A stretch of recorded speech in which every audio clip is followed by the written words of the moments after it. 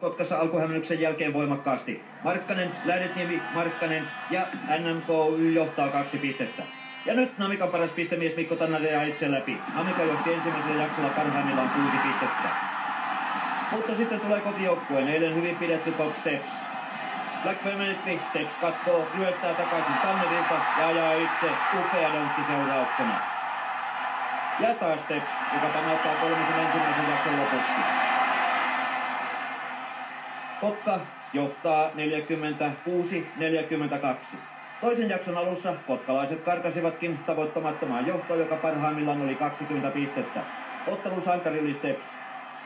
Paus heitti ohi, Steps kiersi, haki ja heitti.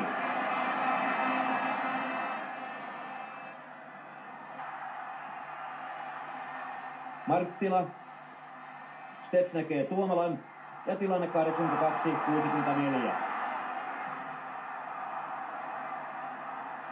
Nyt helsinkiläiset ovat palloa ylös. Huttunen, Blackwell, Steps riistää siinä, kiertää Huttusen ja Tannerin ja HNMKY on hävinnyt.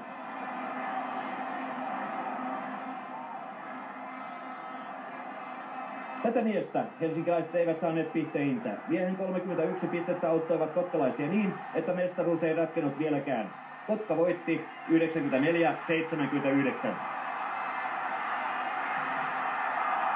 Tuskin tuntui Helsingin Namikan pelaajista kovin mieltä ylentävältä, kun KTP:n fanaattiset kannattajat huusivat omat kumoon. Ja he saivat mitä halusivat. Ottelun toinen kotkalaissankari Bob Steps donkkaa komeasti Pertti Marttilan levyrin jälkeen, ja pian toinen pistehai Larry Pounskin tanssii jo villisti. KTP voitti lopulta selvästi 192, ja klassisen korisukan leikkuun jälkeen valmentaja Kari Liimon johdolla kultamitalin kaula-ansainti tuntuu yksinkertaisesti. Tosi hyvältä. Tämä on ihan uskomaton tunne. Ei tällaista ole ennen tätä on vaan harkittu, että koska tämä ensimmäisen kerran tulee ja nyt se tulee. Jarkko Tuomala, miltä tuntuu?